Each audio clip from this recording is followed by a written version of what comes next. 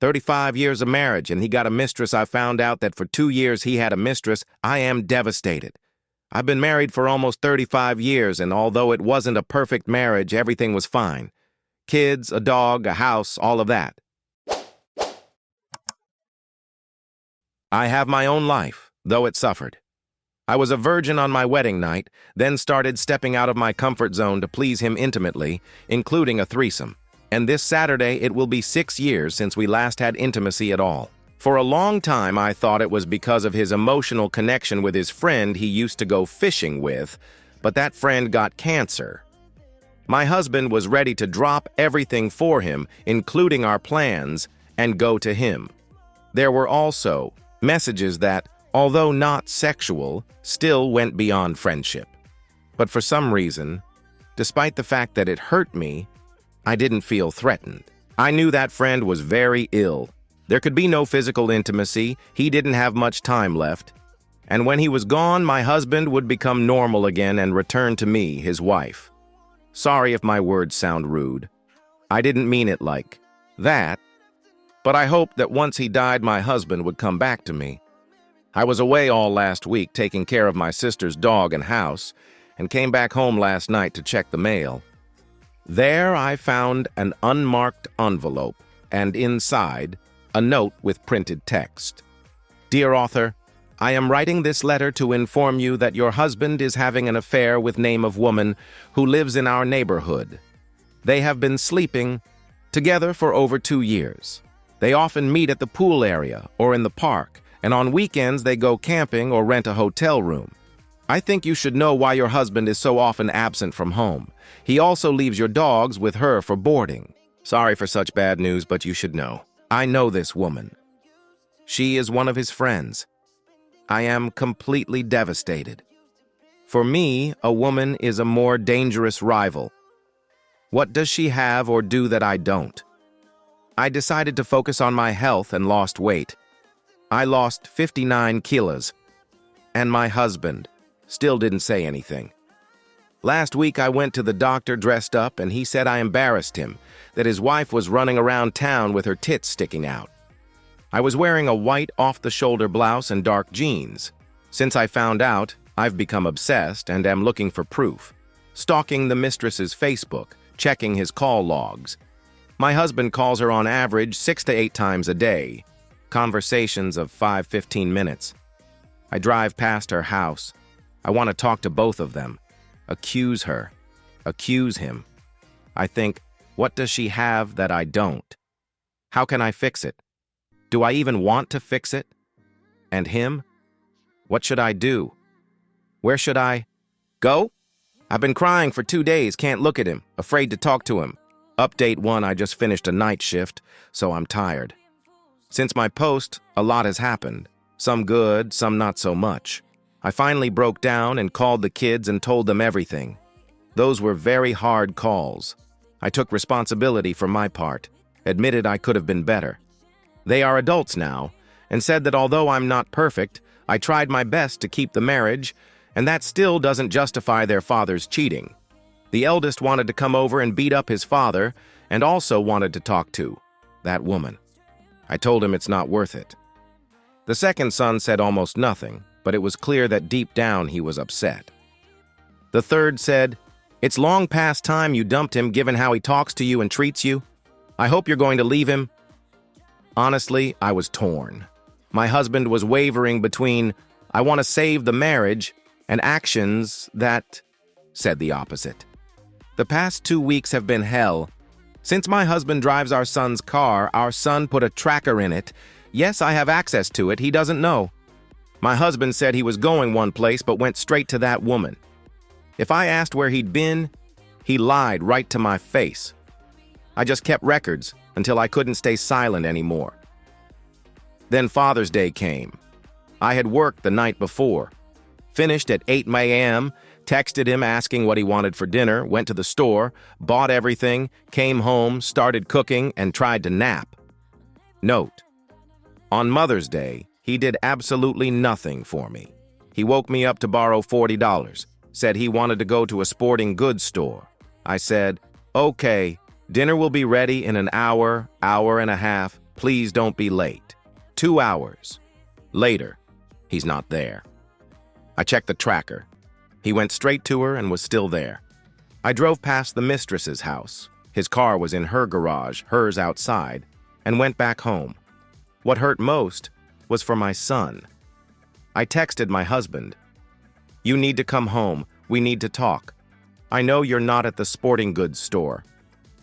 No reaction. 30 minutes later, the car is still there. I call her. Of course, she doesn't answer. I left a voicemail. I know my husband is at your house.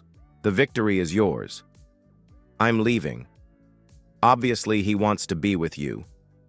I'm tired of his lies. He doesn't need a woman who loved him. I've had enough. Take his dog and things, you've won, and hung up. 10 minutes later, my husband bursts into the house with a Walmart bag, says he was at Walmart, then went to a friend. I served food to myself and my son, threw the rest in the trash. He started whining that now his mistress feels threatened because I called her and she'll have to change her number, which at her job means losing clients. But I didn't threaten her. I just said if he doesn't like it here, he knows where the door is and can freely use it. All week, my husband was silent but acted like the only thing he cared about was seeing that woman. I had a melanoma removed, needed someone to pick me up from the hospital. My husband agreed. I get in the car and not a single word. Not, how did it go? Not, are you okay? The only thing he said was, I'm hungry. It was the 30th anniversary of my sister's death from melanoma, so I was especially sensitive. Small things started piling up. He forgot my requests, forgot what I needed. I was at the bottom of his list. On our son's birthday, he didn't even wait for him to blow out the candles before going to her. And this Sunday, he's rummaging through kitchen cabinets, pulls out a can of soup, says he wants to take food to a couple who have been living in a broken-down RV on the roadside for a few weeks. I packed some more food, added a few things. He leaves and, of course, went straight to her. That was the end. The last bit of patience I had for this marriage. I texted him. I don't understand why you have to lie. There's nothing in Bunker Hill where the mistress lives. No dog park, no hiking trails, no fishing spots, no sporting goods store, no broken trailer, no Walmart. Why can't you just honestly say you're going to her? It's obvious that despite all your words, you don't want to work on our marriage. You chose her over your family. I tried calling him, no answer. I texted, I didn't think you'd answer. Not 5 minutes later, he storms into the yard in the car, slams the door, yells, "What the hell is wrong with you?" I'm sure if I'd been closer, he would have hit me. I tell him, I'm tired of you lying to me. Just say you're going. To that whore? You've been going to her all this time and still lying. Don't you understand that if I'm asking where you were, it means I already know? He called me a few choice words and ignored me all evening. I'm sure the neighbors enjoyed the show. Yesterday, Monday, I went to file for divorce and got crappy news. Since he's self-employed, he has officially not worked for almost 2 years, even though my bills are paid, but I have no access to his accounts. Never had. Always. Had to ask him for money.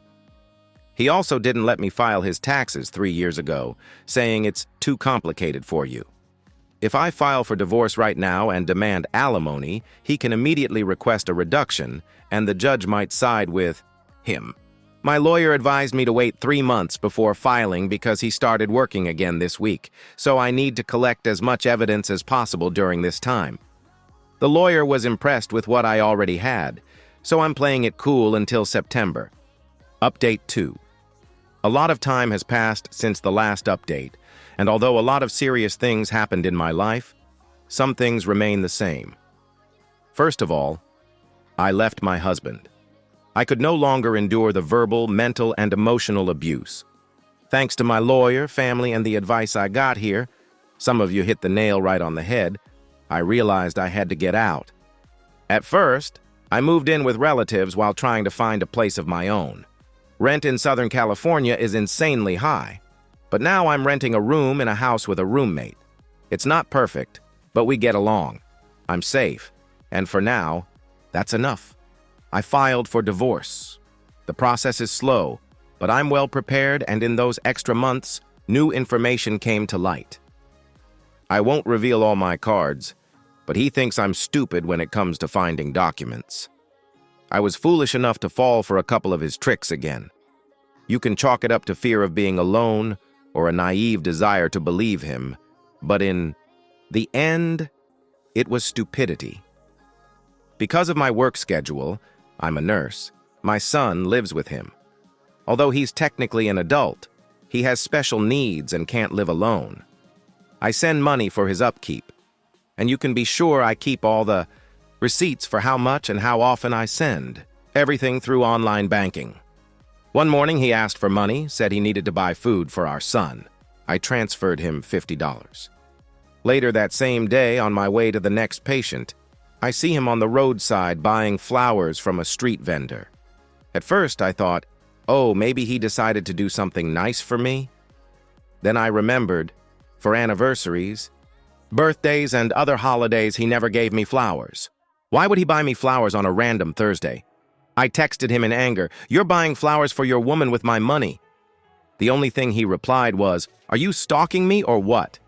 That's when it clicked, in an instant. Everything I felt for him disappeared. I don't hate him. That takes too much energy. I still love him only because I had 4 children with him, but beyond that, nothing. I started working on myself. I found myself again. My self-respect, dignity, self-esteem, confidence. Yes, there are still days when it's 3 steps, forward and 2 steps back, but such days are becoming rarer. Thank you all for watching this video to the end. Check out our previous video, which you can see here, and good luck to you.